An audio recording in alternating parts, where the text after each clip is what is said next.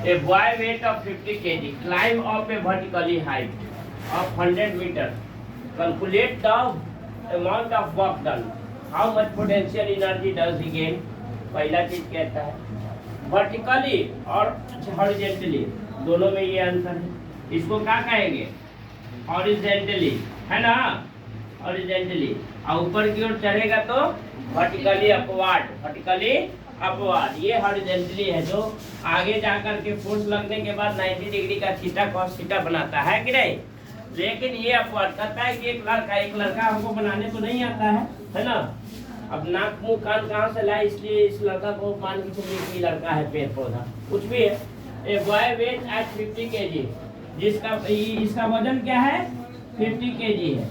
और कहता है कि climb up vertically height of 100 metre. Climb up यानी ऊपर की ओर चढ़ता है, वर्टिकली, है ना। कहाँ? 100 मीटर। कितना चढ़ता है? 100 मीटर। तो calculate the amount of work done, work done का अमाउंट कैलकुलेट करना है। और दूसरा how much potential energy does he gain, तो आप पोटेंशियल एनर्जी कितना गेन करेगा।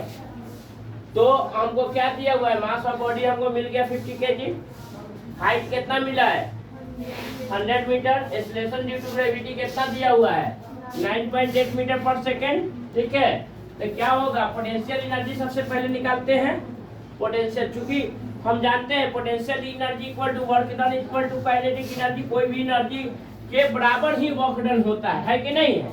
कोई भी एनर्जी के बराबर वर्क डन होता है, यानी हम पोटेंशियल एनर्जी निकाल लिए तो वर्क डन निकाल लिए, है कि नहीं।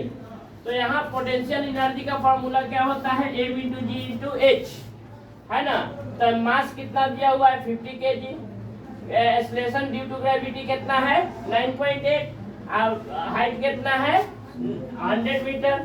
तो कितना हो जाएगा, इसमें पहले गुना करते हैं। 100 × 5, 100 × 50 × 5000 × 9.8 कितना आ गया हमारा 49,000 जूल। हमारा क्या आ गया, potential energy. Work done equal to potential energy, है कि नहीं। यानी वर्क डन भी कितना होगा 4900 जूल ही होगा। दूसरा क्वेश्चन 41 नंबर क्वेश्चन, 40 नंबर की 41 है 38। ये जो क्वेश्चन है ये क्या नंबर है 39। 39 क्वेश्चन कहता है कि भैया negative work done, positive work done और जीरो वर्क डन कब होता है ना। तो हम चैनल बना के वीडियो भी बनाए हैं, वीडियो भी आप लोग देख लीजिएगा एक बार फिर से। जब हम समझा रहे थे वर्क फोर्स एंड एनर्जी का वीडियो भी बताए थे, चैनल बना के बताए थे ना कि दुकान वाला शटर बना करके है, तो वो वीडियो भी जा करके आप लोग देख सकते हैं। कहता है कि when a force applied on a body in the direction of motion, भैया कोई भी बॉडी को जहां पर मोशन है, किसी वस्तु का मोशन है, उस डायरेक्शन में अगर हम फोर्स लगाते हैं तो वर्क डन क्या होगा, पॉजिटिव होगा। क्यों पॉजिटिव होगा, एफ कॉस थीटा, क्योंकि कॉस थीटा जब आगे जाएगा तो क्या होगा 90 डिग्री, 90 डिग्री का एंगल जब बनता है तो क्या होता है 1 होता है ना, force into displacement into 1 positive हो जाता है।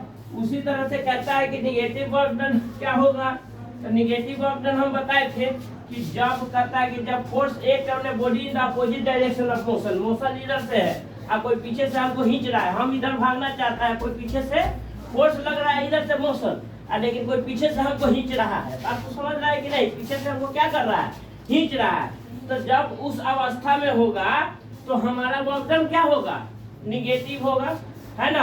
एफ एस कॉस थीटा, और थीटा का मान कितना लेंगे हम, F S cos theta, theta का मान कितना होगा कॉस 180 होगा कि नहीं।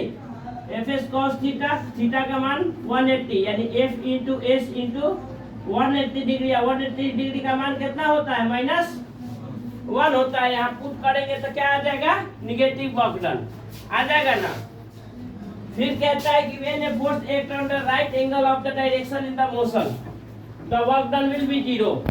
तीसरा कहता है कि 0 कब बनेगा वर्क डन, जब फोर्स जो है राइट एंगल यहाँ पर ही लगेगा। देखो फोर्स यहाँ लग रहा है, फोर्स यहाँ लग रहा है, तो वस्तु जो है मूव करेगी तो नीचे की ओर मूव करेगी। नीचे हम है नहीं कुछ, है कि नहीं, नीचे की ओर एक्ट करेगी तो डिस्प्लेसमेंट होगा नहीं, और जब डिस्प्लेसमेंट नहीं होगा तो वर्क डन नहीं होगा। तो वर्क डन क्या हो जाएगा 0। वर्क डन क्या होगा? Work done 0। कॉस थीटा का मान कितना होगा वहां पर? 90 डिग्री होगा। ये कॉस थीटा का मान कितना होता है? जब एंगल पॉजिटिव होता है तो कॉस थीटा का मान कितना होता है? 0 डिग्री होता है ना, आगे बढ़ता है। इस पर कॉस थीटा का मान कितना, एंगल कितना बनेगा? 90 डिग्री का एंगल बनेगा। कॉस 90 डिग्री बराबर क्या होता है? 0। तब फोर्स मान के चलो कि 10 न्यूटन का फोर्स लग रहा है ना। डिस्प्लेसमेंट 10 मीटर का है, और उसके बाद थीटा का मान कितना है? 90 डिग्री। 90 डिग्री का मान कितना है? 0। कितना आ जाएगा वर्क डन? 0 work done. समझाए थे कि नहीं? थीटा के मान पर डिपेंड करता है कि वर्क डन आपका क्या आएगा, है कि नहीं? और थीटा का मान डायरेक्शन को बतलाता है। क्या बतलाता है? डायरेक्शन को बतलाता है।